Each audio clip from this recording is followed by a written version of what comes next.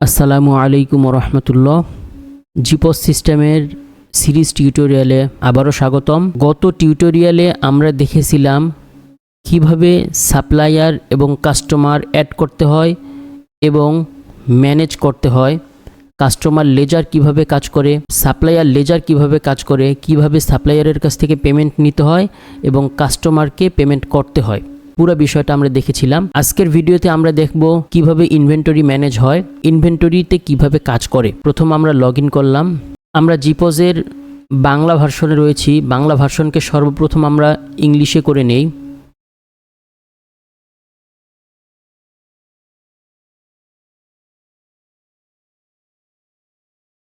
বাম পাশে ইনভেন্টরি লেখা রয়েছে, ইনভেন্টরিটিতে আমরা ক্লিক করি।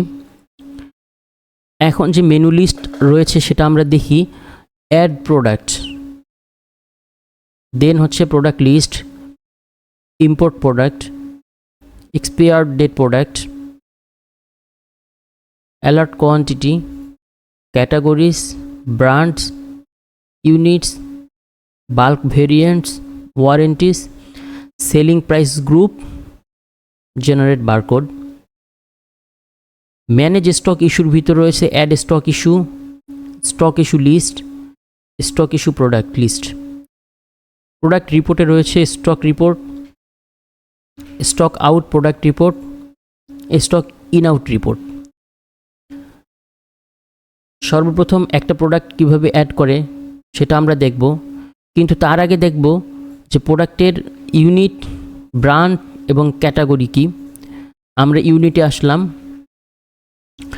ইউনিট হচ্ছে পিস, কেজি, ডর্জন, গ্রাম, টন, পাউন্ড, লিটার, এই যত একক রয়েছে, পরিমাপের যত প্রকারের একক রয়েছে সবগুলো হচ্ছে ইউনিট। এখানে আপনি চাইলে আপনার মন মতো ইউনিট অ্যাড করতে পারবেন, সেই অপশনও রয়েছে। আমরা ব্যাক করি। ব্র্যান্ড, এখানে যত ব্র্যান্ডের প্রোডাক্ট আপনি সেল করেন সবগুলো ব্র্যান্ড এখানে অ্যাড করে দিবেন। এখান থেকে ক্যাটাগরি অ্যাড করা যায়, ক্যাটাগরি অ্যাড করতে পারবেন। আমরা ক্যাটাগরিতে আসলাম। অ্যাড ক্যাটাগরি, অ্যাড ক্যাটাগরিতে এই বিষয়গুলো রয়েছে। ক্যাটাগরি নাম, ক্যাটাগরি ডিসক্রিপশন, ইমেজ দিতে চাইলে ইমেজ আপলোড করতে পারবেন। আমাদের এখানে অনেকগুলো ক্যাটাগরি অ্যাড করা রয়েছে, সেজন্য আমরা নতুন করে অ্যাড করব না। ব্যাকে আসলাম। অ্যাড প্রোডাক্ট, এখানে আমি একটা প্রোডাক্ট অ্যাড করে আপনাকে দেখাই। প্রোডাক্টের নাম প্রোডাক্ট 2, এর ইউনিট হচ্ছে, এটা আমি পিসে সেল করি। ক্যাটাগরি হচ্ছে পুলিশ ক্যাটাগরিতে। ওয়ারেন্টি আমি ম্যানেজ করব না এখান থেকে, ওয়ারেন্টি ম্যানেজটা আমরা অন্য একটা ভিডিওতে দেখব। আপনি যদি চান তাহলে আপনার মন মতো প্রোডাক্ট কোড তৈরি করতে পারবেন, অথবা এখানে ব্ল্যাঙ্ক রেখে দিলে সিস্টেম একটা অটোমেটিক কোড জেনারেট করে নেবে। এরপর বারকোড টাইপ আছে, বারকোড টাইপ থেকে বারকোড সিলেক্ট করা যায়। সাব ক্যাটাগরি যদি প্রয়োজন হয় ব্যবহার করবেন। অ্যালার্ট কোয়ান্টিটি, যে কত কোয়ান্টিটিতে আসলে আপনি অ্যালার্ট চান যে আপনার স্টক শেষের দিকে। এরপরে স্টোর সিলেক্ট করবেন। স্টোরের এক্সেস, যে যে স্টোরে আপনি এক্সেস দিতে চান সেই স্টোরগুলোতে এক্সেস দিবেন এখান থেকে। স্টক টাইপ, এখানে বলে রাখি স্টক টাইপ হচ্ছে ম্যানেজেবল স্টক এবং ডিজিটাল প্রোডাক্ট। এখানে দুইটা জিনিস রয়েছে, সার্ভিস এবং ডিজিটাল প্রোডাক্ট। ম্যানেজেবল স্টক হচ্ছে আপনি যে প্রোডাক্টগুলোর স্টক ম্যানেজ করতে চান। সাপোজ আপনার ক্লোথিং স্টোর, আপনি টি শার্টের স্টক ম্যানেজ করতে চান, ওকে ফাইন, এখান থেকে করতে পারবেন। আর আদার্সটা হচ্ছে সাপোজ আপনি মোবাইলের সার্ভিস প্রদান করেন, মোবাইল রিপেয়ার সার্ভিস, যেই প্রোডাক্টটার কখনো কোয়ান্টিটি হয় না সেটা আপনি এখান থেকে অ্যাড করে সেল করতে পারবেন, এটার কোনো স্টক ম্যানেজ হবে না। দ্বিতীয় স্টেপে রয়েছে ইউনিট কস্ট। ইউনিট কস্টটা হচ্ছে আপনার কেনা প্রাইস, এই কেনা প্রাইসটা কত সেটা লিখে দিবেন। এখানে দুইটা অপশন রয়েছে। ইউনিট কস্ট হচ্ছে এক্সক্লুড ট্যাক্স, আর একটা হচ্ছে ইনক্লুড ট্যাক্স। এরপরে ভ্যাট ট্যাক্স, যদি কেনার সময় যদি ভ্যাট ট্যাক্স দিয়ে থাকেন সেই ভ্যাট ট্যাক্সের পার্সেন্টেজ এখানে দিবেন, কত পার্সেন্ট দিচ্ছেন, এটা বাই ডিফল্ট দেয়া আছে, আপনি সেটিং থেকে এটা চেঞ্জ করে দিতে পারবেন। ট্যাক্স টাইপ এবং ভেরিয়েন্ট এখান থেকে সিলেক্ট করতে পারবেন। প্রফিট মার্জিন, আমি যদি পার্সেন্ট লিখি যে আমি 5% প্রফিট করব, তাহলে এখানে পেমেন্ট এই 5% এটা অটোমেটিক সিস্টেম ক্যালকুলেশন করে এখানে দেখাবে।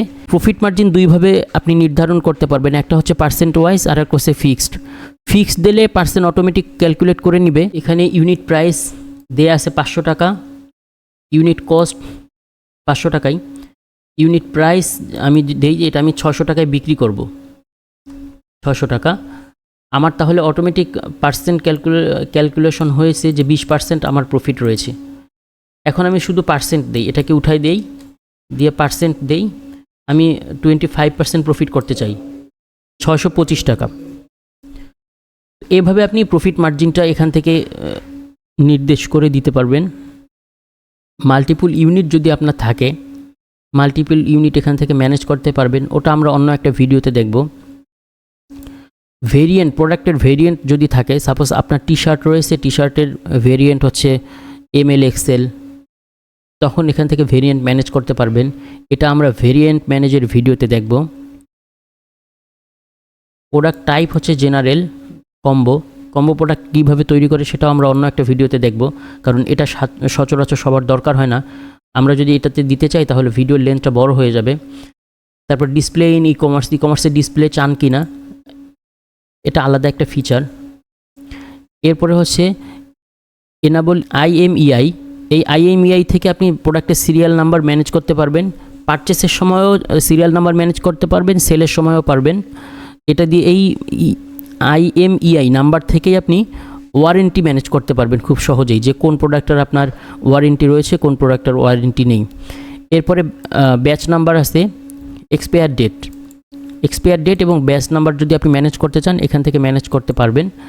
তারপরে প্রোডাক্টের ফটো অ্যাড করার জায়গা এখানে রয়েছে, প্রোডাক্ট ডিসক্রিপশন এখানে রয়েছে। আমরা পুরো ফর্মটা যখন ফিল আপ করবো তখন আমাদের প্রোডাক্ট একটা রেডি হয়ে যাবে। কিন্তু আমরা যদি কুইক অ্যাড করতে চাই তখন প্রোডাক্ট নাম এবং ইউনিট নাম এইটা দিয়েই অ্যাড করতে পারবো, বাকি ফিচার আমরা পরবর্তীতে অ্যাড করে নিতে পারবো। সেভ করলাম আমি, তাহলে ইউনিট সিলেক্ট হয়নি, পিস আমি সেভ করলাম। আমার কিন্তু প্রোডাক্ট 2 নামে একটা প্রোডাক্ট রেডি হয়ে গেছে, যেটা থেকে সিস্টেম আমাকে যে কোডটা দিয়েছে সেটা হচ্ছে 0110। এই 0110 হচ্ছে আমার প্রোডাক্ট 2। এরপর আমি আমার যতগুলো প্রোডাক্ট এই সিস্টেমে এন্ট্রি রয়েছে সেটা আমি দেখার জন্য প্রোডাক্ট লিস্ট ব্যবহার করব। লিস্টে গেলে প্রোডাক্টের পুরা লিস্টটা পাবো, এবং এই লিস্টের ভিতর থেকে এই প্রোডাক্টের যে প্রোডাক্টটা আমি দেখতে চাই এই প্রোডাক্টের পুরো লেজারটা আমি দেখতে পারবো, যে এই প্রোডাক্টের লেজারটাতে কি রয়েছে। প্রত্যেকটা ট্রানজ্যাকশন, এক প্রোডাক্ট রিলেটেড প্রত্যেক ট্রানজ্যাকশন, অর্থাৎ purchase, sales, others, adjustment, transfer, যত কিছু আমি করি না কেন এই প্রোডাক্টটা থেকে, এইটা আমরা এখান থেকে ম্যানেজ করতে পারবো, দেখতে পারবো প্রোডাক্ট লেজার থেকে। এরপরে হচ্ছে ইম্পোর্ট প্রোডাক্ট। ইম্পোর্ট হচ্ছে বাল্ক প্রোডাক্ট ইম্পোর্ট করা যায় আমাদের এখান থেকে। আমরা যাই দেখি, এখান থেকে যতগুলো রিকোয়ার্ড ফিল্ড রয়েছে এই রিকোয়ার্ড ফিল্ডগুলো ফিল আপ করে আপনি সহজেই একটা এক্সেল শিট অথবা CSV ফাইল অ্যাড করতে পারবেন। এখানে টেমপ্লেট রয়েছে, একটা ডাউনলোড করে টেমপ্লেট দেখতে পারবেন, যেটা আমরা পূর্বের ভিডিওতে দেখিয়েছিলাম যে কিভাবে সাপ্লায়ার এবং কাস্টমারকে ইম্পোর্ট করা যায়। একইভাবে এখান থেকে প্রোডাক্টও ইম্পোর্ট করতে পারবেন। এরপরে অ্যালার্ট কোয়ান্টিটি হচ্ছে কোন প্রোডাক্টের অ্যালার্ট কোয়ান্টিটি আছে কি নাই, বা কততে অ্যালার্ট কোয়ান্টিটি শো করে, এটা এখান থেকে আপনি দেখে ম্যানেজ করতে পারবেন। প্রোডাক্ট ওয়ারেন্টি, যেটা তো আমরা একটু আগে বললাম। সেলিং প্রাইস গ্রুপ থেকে আপনি প্রাইস ভেরিয়েন্ট ম্যানেজ করতে পারবেন। সাপোজ হচ্ছে ডিলারশিপ বিজনেসের জন্য যে প্রাইসে আপনি সেল করেন, অথবা পাইকারি যে প্রাইসে সেল করেন, অথবা রিটেইল খুচরা সেল করেন, যে কোনো প্রাইসে সেল করেন, এখান থেকে গ্রুপ ম্যানেজ করতে পারবেন যে আমার এই গ্রুপে আমি এই প্রোডাক্টটা সেল করব। আমাদের এটা থেকে পাইকারি, হোলসেল, রিটেইল সেল এবং ডিলারশিপে সেল করা যায়। এরপরে রয়েছে বারকোড জেনারেট বারকোড। তো বারকোড জেনারেটে আসার পরে আমরা দেখব যে কিভাবে কোন প্রোডাক্টের কিভাবে বারকোড জেনারেট হয়। এখানে অনেকগুলো চেক বক্স রয়েছে, আমি যে ডাটাগুলো চাই বারকোডে আমি সেই ডাটাগুলো সিলেক্ট করব। আমাদের এখানে অনেকগুলো প্রিন্টারের ভেরিয়েন্ট রয়েছে, যে অমুক অমুক প্রিন্টারে বা এই প্রিন্টারে আমি প্রিন্ট করতে চাই বা আমার মডেল এটা। এখানে অনেকগুলো পেপার সাইজ দেওয়া রয়েছে অথবা A4 দেওয়া রয়েছে, আপনি যেটা ইচ্ছা ক্লিক করবেন। আমি A4 এ ক্লিক করে নিলাম। নেওয়ার পরে আমি প্রোডাক্ট 1 নামে একটা প্রোডাক্ট আছে যার কোয়ান্টিটি স্টক রয়েছে 2600 পিস। আমি এখানে ক্লিক করে দিলে এটা আমার বারকোড লিস্টে অ্যাড হয়ে গেল। 2600 যেহেতু অনেক বেশি, আমি এটা দিব না, আমি টেস্টের জন্য আপাতত 60 পিস দিলাম। আমি এখান থেকে প্রিন্ট প্রিভিউ দেখি কীরকম হবে। আমার কিন্তু এই যে বারকোড প্রিন্ট হয়ে গেছে। এখন আমি প্রিন্টারে প্রিন্ট দিলেই প্রিন্ট হয়ে যাবে। এটা হচ্ছে বারকোড ম্যানেজমেন্ট সিস্টেম বা inventory with barcode management system. এরপরে হচ্ছে স্টক রিপোর্ট। স্টক রিপোর্টে এসে আপনি টোটাল স্টকের রিপোর্টটা দেখতে পারবেন। এটাতে ফিল্টার করে রিপোর্ট দেখতে পারবেন, brand wise filter, category wise filter, warehouse wise filter, company বা স্টোর ওয়াইজ ফিল্টার, প্রোডাক্ট নাম ফিল্টার। প্রত্যেকটা প্রোডাক্ট থেকে আপনি আলাদা আলাদাভাবে রিপোর্ট বের করতে পারবেন। এখানে একাধিক পেজ রয়েছে, পেজিনেশনের মাধ্যমে বা নেক্সট করে আপনি আরও অনেকগুলো পেজ দেখতে পারবেন। তো এই হলো আমাদের প্রোডাক্ট কিভাবে অ্যাড করে, প্রোডাক্টের কিভাবে ডিটেলস ম্যানেজ করে, ইনভেন্টরি ম্যানেজমেন্ট সিস্টেমের পুরো বিষয়টা আমরা আজকের ভিডিওতে দেখলাম। নেক্সট ভিডিওতে প্রোডাক্ট রিলেটেড ওয়ারেন্টি ম্যানেজমেন্ট কিভাবে করে সেটা আমরা দেখব, এবং বারকোড কিভাবে ম্যানেজ করে সেটা আমরা দেখব। আজকে এ পর্যন্তই, সবাইকে ধন্যবাদ।